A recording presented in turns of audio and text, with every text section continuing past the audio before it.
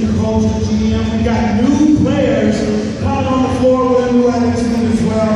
We're going to have a lot of fun. Plus the continuing transformation of the palace. When you see it, you're going to love your house.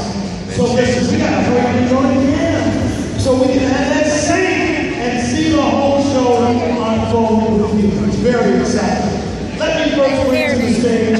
He is the golden voice of your Detroit Pistons. 39 consecutive NBA Detroit Pistons seasons will be inducted into the Michigan Broadcasters Hall of Fame. He is known as Street Music. Count that baby alive. Come to the stage. Go!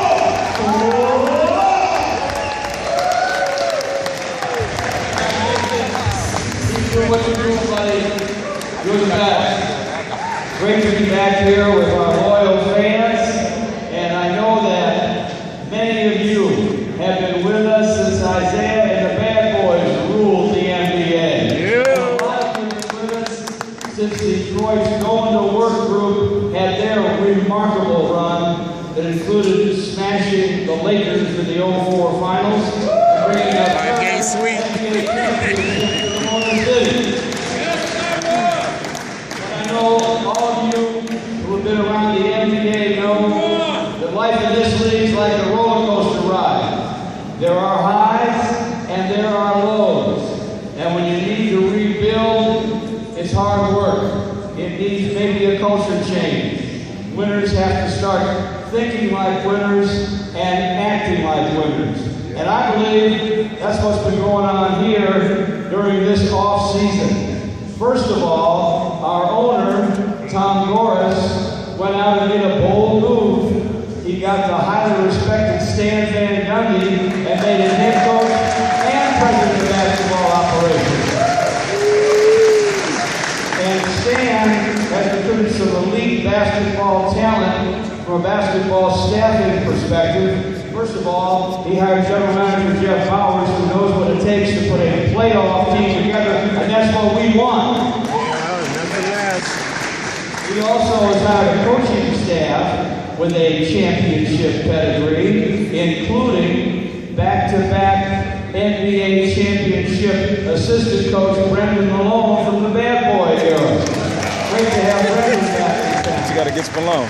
Also, a long-time NBA assistant and college head coach Bob Byer, and some former NBA standouts like Malik Allen, Quentin Richardson, and the man with that killer crossover, Tim Hardaway Sr. on our staff.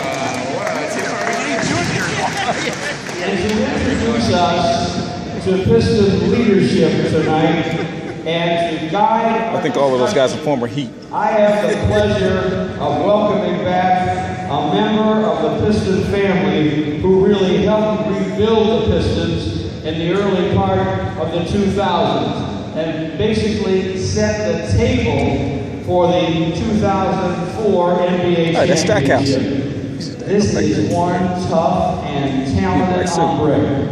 Let's take a look at some highlights of this former Piston who proudly wore number 42.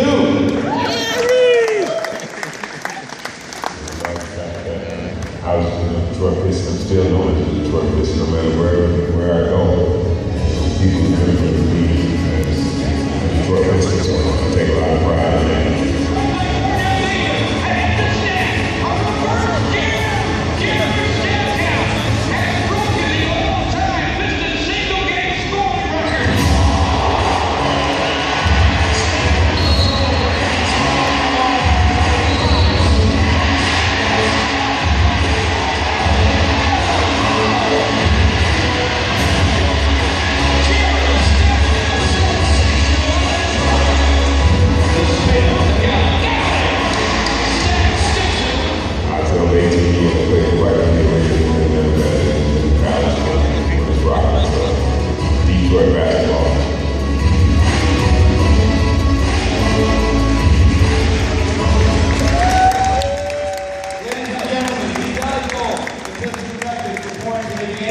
With 57 points against the Chicago Bulls. You saw it on your screen, and he's one of my all-time favorites. What a guy. Jerry Stackhouse. Welcome back.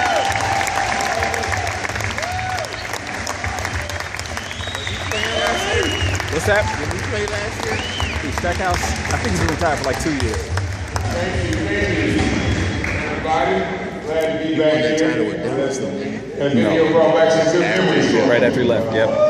Coming back here with the Detroit fans. It's that team that got beat by the Heat. I'm so excited to be here, be a part of this reset. And it kind of has some parallels to 2000, 2001, when we were reset, trying to build a culture of winning. And fortunately for us, it turned into an NBA championship in 2004. And we're right here again today, trying to do the same thing. And I'm so happy that they asked me to be a part of this day. And first and foremost, I'm gonna let you know right now, don't go home and tell everybody I suck. I'm telling you, I'm not afraid of this thing right now.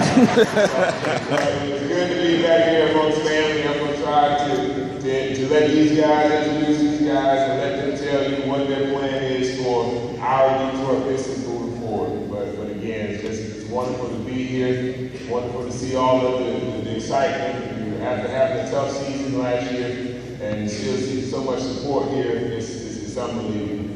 But without further ado, we're gonna get right into it. I'm gonna start with Jim Van Gundy. Leadership of Dennis Bain and support of Tom Gores and setting the organization to a prosperous future. And obviously, it takes a lot of leadership, and these three men have the vision of putting us back to where we belong. Tonight, I introduce you to these gentlemen that have paved the way for the organization reset. First of all, Jeff Van Gundy. You said Jeff. Hey, Jeff is here? Is Jeff here? Jeff Bowers and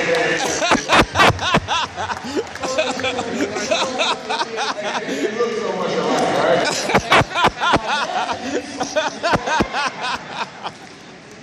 Don't mind you introducing me wrong with the set. I think you're right there. The new era of basketball was ushered in during the offseason when Tom Gores made the decision to bring in Stan as not only the president of basketball, but as a head coach as well.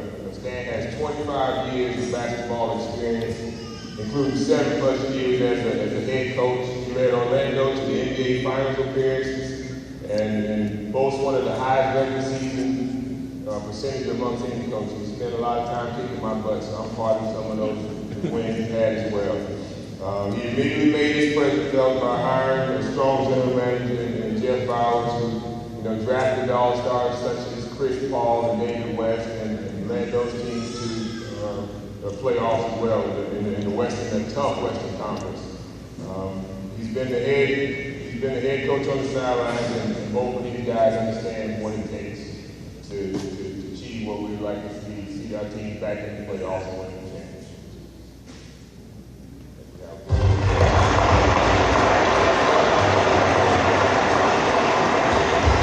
This is the most important decision we can make as an organization.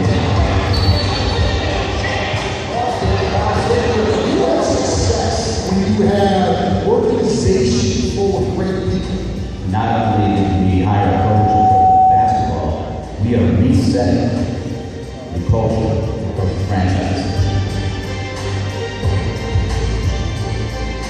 The opportunity to play a part of the franchise, it can really be something that the entire community can be proud of. I thought that Oh yeah, that's a great signing for us. We are going to absolutely Chicago was crazy to let him go.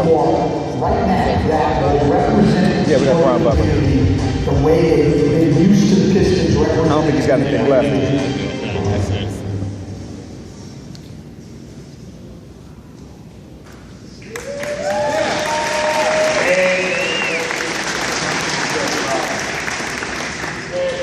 There's been a lot of change around the house, a lot of excitement with the new little Pistons.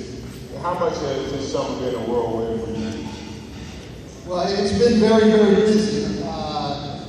We've had a start. Our ownership, Tom Gores, his partners, Bob Wentworth, Phil Norman, our co-presidents of Pistons, have made a tremendous commitment, not just in terms of what we're able to do for players, but understanding that if we're going to get to where we want to get, we really need to do some things staff-wise to be able to make better decisions. So we've added about 10 positions in the staff. So Jeff and I, over the last 3 months, have hired 23 new people. We've gone out and signed 6 new players. It really hasn't slowed down from the time we got started in the middle of May, but I feel really happy with the progress we've made. We're excited to Cartier get Martin, started with camp Aaron a Gray, little bit over a month and ago. who? Cartier Martin. And I think that Aaron we're Gray seeing considerable and, improvement. Jeff, you guys, go ahead. So did they buy out His contract ended. They didn't have to buy it out. Yeah, it's just over. And, 5 years. The scout structure, all the operations for not only the Pistons, but for the new D-League affiliate up in Grand Rapids. How do you feel this coming along? How do you see things coming together? Camp Rose? Well, again, because of the commitment Stan mentioned from the ownership Dinwiddie's the group, 6th, it I guess. allowed us to go out and bring in high-quality people to help us. Our entire processes have been set from the ground up, and that includes all of our D-League interaction. That's going to be working arm for the organization. I think we're right on schedule, right where we want to be in terms of opening for training camp, in terms of building our Grand Rapids operation as well. And I've just been so encouraged to see the efforts of the players that have been back already and the momentum that's been built through the players by Stan and his coaching staff right here on this floor that you're sitting. The activity and the workloads that have taken place up to tonight have really been a source of inspiration, a source of momentum, a source of energy for everything that's yet to come. So it's a great time to be here. Great. We were down there, and I've seen some of these players are working hard in the offseason. I'm living in Atlanta now, and I see KCP, Josh Smith, all these guys working out. So the guys are preparing. KCP came out of the shop. He looked good in the summer league. Great season. While the basketball side is taking shape, the business side is equally ready and able to provide support. Maintaining cohesiveness between basketball and business is vital for any organization. Leadership has increased connectivity and created a culture of togetherness amongst everyone at the Palace. More than ever, the basketball and business side of the Palace and sports entertainment have been working together to make a fan-friendly and make it exciting for you when you come into the building. Today, the Pistons are in the final stages of a 3-year capital improvement plan that really has transformed every facet of the Palace and the game experience. Here to introduce the final stage of improvements and the connection between business and basketball is an executive who has worked in all 4 major professional leagues, led business operations from 14 postseason runs, directed championship organizations, and hosted events on the sports world's biggest stage. Please welcome Palace Sports and Entertainment CEO, Dennis Smith.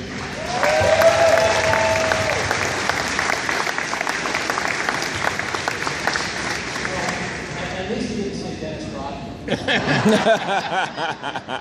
No mistake there.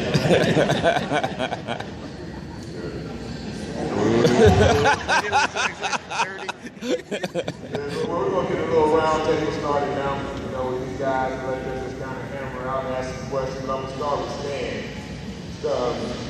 Tom Gore is one of the connections between the front office and the basketball court, and the hiring of the president and head coach. How would this structure help in really bringing back the culture and the winning that needs to happen? Well, I think if you look around now at a lot of the franchises, one of the problems is there's really not that connection between the head coach and the front office. There's disagreements there on direction and everything else. I think it's always easier as you set your direction to have everybody on the same page. It's obviously a lot easier to do in this structure. Not only the connection, though, Jerry, between front office and coaching staff and players, but connection between the basketball side of the organization and the business side of the organization. Dennis and I have been in constant contact. I'm in contact with Tom Gores and his people literally every day. And so it's getting a connection from ownership to myself, to Dennis, to Jeff, to our players, that everybody's headed in the same direction, and that all of our staff on both sides understand what it is we're trying to accomplish, rather than everybody just sort of being in their own little areas. And I think in a short amount of time, we've made a great deal of progress with that, with the connection between the front office and the playing floor, between basketball and business, and most of all of us and our players, because bottom line, the most important people in any organization, you know it better than anybody, are the players we put on the floor and what we do to help them perform at their maximum potential. And you hired, like I said, you made a lot of new hires. Tell us a little bit about some of those people that you brought in and some of what their roles. Well, I think first of all, it really goes back to this. I think that when Tom Gores and I sat down, first there were two things, Jerry. I think first of all, Tom really wants to win and get this going right. And so from day one when I talked to him, before he offered me the job, basically what he wants to know is, what's it going to take? And Jeff and I have talked about this a lot. Whatever we have said to Tom that we think would make our team better, he's not only behind it and willing to do that, he's actually pressing you. You sure you don't need a little bit more? Are you sure? So he's willing to do whatever it takes. This guy from Michigan who has seen success, who wants this to be successful. We don't have, Jeff and I have said this, for what we've been able to put together with staff, what he's allowed us to do, I don't want to put any more pressure on myself than I need to, but we really don't have an excuse over the next few years for not getting this turned around, because the commitment's there from all sides. That's all we want to hear, right? Okay, so Dennis, I got a question for you. Based on Stan and Jeff's structure from a basketball standpoint, how did that ladder with the business side in terms of the interaction and the work that you've done between both? Well, it became very obvious to me early in the game. I think, again, that was part of the interview process with between Tom and Stan, that we have a guy that understands how to use the business side to the best advantage for the basketball side. So for me, the ladder comes in a lot of different places. You can talk about how contracts are administrated, you can talk about how HR is run and things like that, but he gets right down to game entertainment. But what are we going to do? What are the timeout breaks are going to look like? How's it going to interact with the players? How do we feed the players through the locker room? Where's the weight room? All that sort of thing. And at the end of the day, I'm feeling a tremendous camaraderie with Stan over what are the assets the business side has to make this vision come true. So he pokes the stick a little bit, and we do that back and forth. And I think it's a big part of the hire was to find somebody that would use all the weapons that are over there at the Palace to win games. And I think, Jerry, too, look, here's the thing.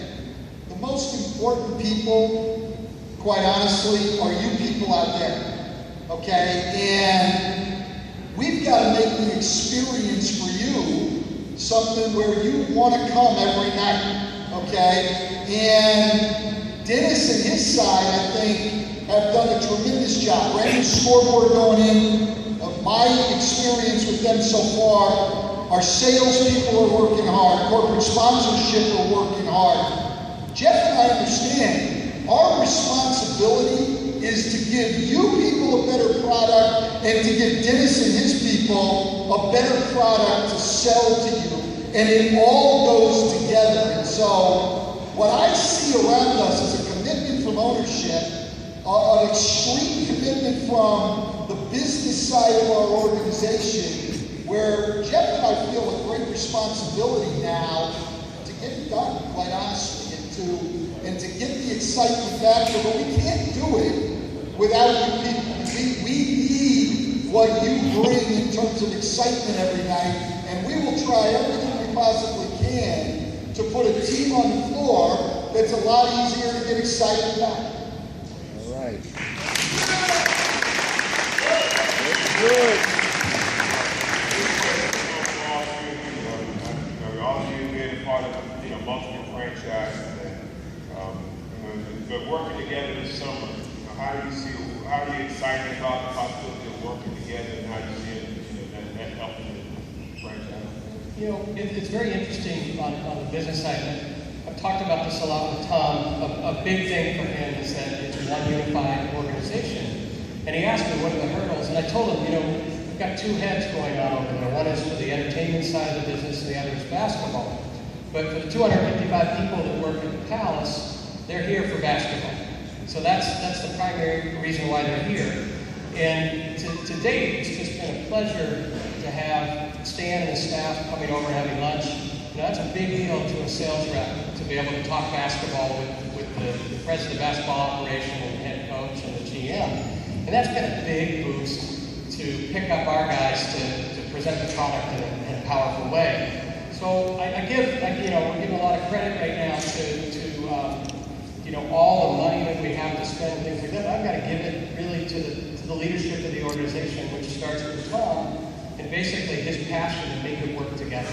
And for us, we're getting the benefits of that. I got a $40 million check basically over the last 3 years to improve the Palace, which anybody could be a hero doing that when you like that $40 million to spend. But I also got I had a great experience with Joe, and I feel like I'm going to have a phenomenal experience with Stan and Jeff. Jeff, as you and Stan begin roster development, trying to make changes this summer, what type of players were you targeting, and do you feel like you accomplished your goals in doing so? Well, Jerry, the first thing we did was sit back and take a look at who we were and who we wanted to be, and then we looked at the type of players that we felt we needed to bring in to help us win and create the climate and environment that the players would be successful in. And that all starts with character. It starts with players that understand hard work, understand new definitions of hard work, and have shown a track record of resiliency. Because whenever you're going on a journey that's difficult, you're going to have difficult days, and days that are going to be down as opposed to up, and days when you don't feel like it, but you have to put out a day that is filled with energy. So the ability to have hard-working guys with a resilient mindset were placed right at the top of the list. And then when you get down to actual basketball skills, traits, habits, and abilities, we wanted guys that had basketball skills that could translate onto a basketball court and fit with the players that we had, and could maybe plug a hole that we didn't have enough of in the past. And then the last thing that was our target was that combination of athletic ability to match basketball skills. We're not a track team, we're not a weightlifting team, we're a basketball team. And speed and quickness all play a huge role in success. But it all has to be balanced with basketball skill. And our target was to combine all of those things to create a synergistic approach where the whole was much more than the sum of the parts. And I think we hit the mark with the type of guys, with the skill sets that we brought in. Excited. Stan, how can the players you acquired help the current talent on the roster? Can you give any specifics on how you feel like the team will play next year, the style that you see this group putting together, how they go? Yeah, I've got some general ideas, and until we get out of here, get through a training camp, I'm sure we'll adjust a lot of things. I think when you look at our team right now, you would have to say that the strength of our team is in the front line. Andre Drummond, Greg Monroe, Josh Smith, I think it's a real strength. I'm not sure three guys of that quality. I think we match up with virtually anybody in the East with those three guys. And so I think when you look at the strength of your team, whatever it is, then what you want to do is put people around them that complement them. I've always felt that with big guys, the thing that they need more than anything to produce is space on the floor to do it. And space in the NBA is shooting. To make people move away from the basket, to defend people rather than being able to constantly help inside. Shooting was obviously last year a major problem. Range shooting was a problem. So that was one of the things. Besides character was our number one thing in the guys we signed. But beyond that, we wanted people who could shoot the ball. So if you look at the guys that we went out and signed, Joey Beeks, DJ Augustine, Karan Butler, Cartier Martin, Spencer Dinwiddie, our draft pick, okay? All of these guys were 40% three-point shooters. And so it's not just who's the best player you can get. It's who are the best players you can get that complement the guys you have. Those guys inside are capable of producing very, very well. We need people to complement them. That was a big push for us this summer. And I don't think anyone in the league was even close to adding as much shooting in one off season as we did. We went from being a poor shooting team to now, if you look at our perimeter players and say, what's the greatest strength of your perimeter players? I think everybody around the league would say, well, they can really shoot. And so I think we accomplished our goal there. Now, trying to get it to all come together, there's a lot of questions. You know, who's going to start? Who's going to come off the bench? What pace are we going to play at? You know, all of those things. I think a month of training camp, give us the month, a little bit of trial and error. We have some ideas. We'll get it figured out, and I think could probably answer that question better than 3 weeks from now. All right.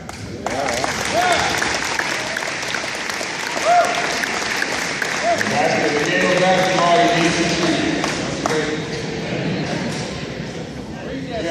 Greg Monroe's have gotten a lot of headlines and attention. Can you talk to tell us about what's the latest going on there?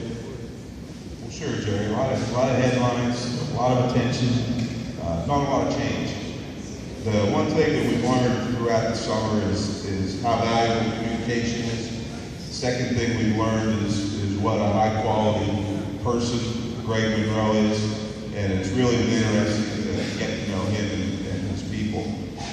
We understand the collective bargaining agreement, the options that Greg has, that he's exploring, obviously. We also understand, all of our options, and we respect both streets. Both sides of the street have different positions that they have the ability to act on. The communication has been great. We both have an understanding of how important basketball is to Detroit. We understand the commitments and the contributions that Greg has made to basketball in Detroit. We get a sense of his excitement about what the possibilities could be like with change coming. And so we think the dialogue and communication on all these fronts has been terrific. We're probably down the road from any resolution because I think this is a big decision that all parties need to take time to be comfortable with the final decision. But we're comfortable and confident with where we are right now and have the utmost respect for Greg's decision making. Well, good. I think it's going to work out. I mean, you got the ball head guys got to stick together. They're ball head. They're going to work it out. Stan, when I was back here, we talked about, it's about the Pistons and bad boys, and obviously it's about toughness. It's about creating game. You talked about getting back to that mentality for this team. How do you plan on trying to integrate that culture back into this particular group? Well, I think that starts, with two things. Number one, hard work. Okay, we are going to be a work team. I mean, we're going to practice. That's become, people have cut back and run that a lot in the NBA. That won't be us. We're going to work. And it has got to be at the defensive end of the floor. I mean, you need to play at both ends, you do, but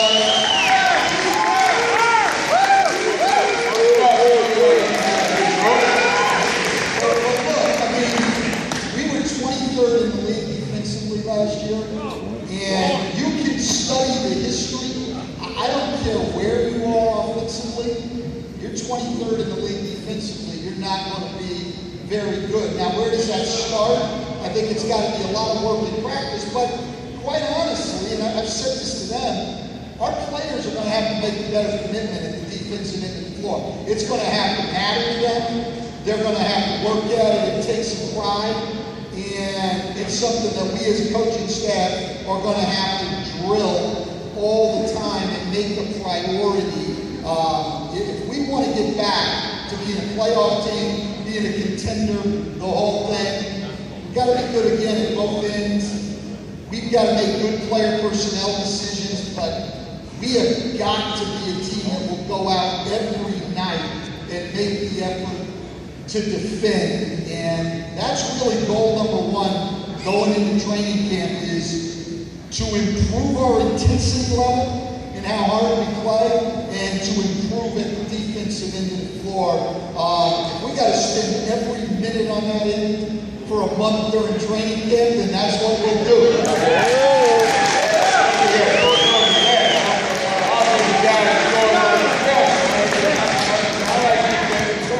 No, but here's the thing, Joe. Here's the thing. I think it's easy to find guys who will defend.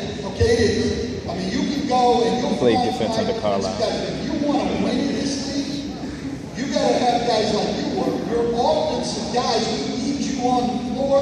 Your offensive guys have to defend. Because if you're just going to role players and playing all defensive guys, you'll compete hard.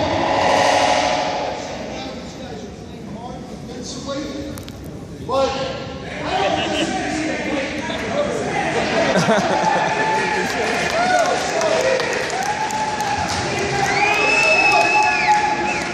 so look, I'm going to be yelling in this gym in a minute. So look, I mean, but you cannot just say I'm going to play my 5 best defensive guys. I mean, you got to put your offensive guys on the floor, and those guys have got to make a commitment to playing both ends of the floor. You bring two-way players in this game.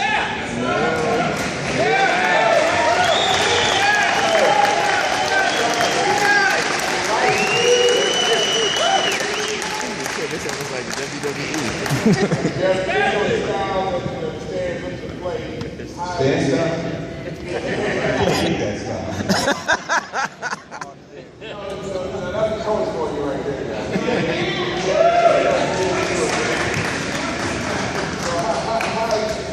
Playing that way, if the big moves the team, continue to feel that core, how does that impact your job as the team finding those?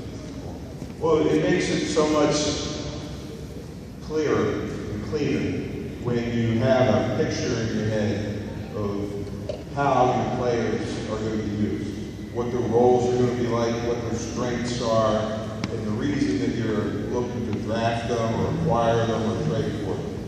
When you have that understanding, then you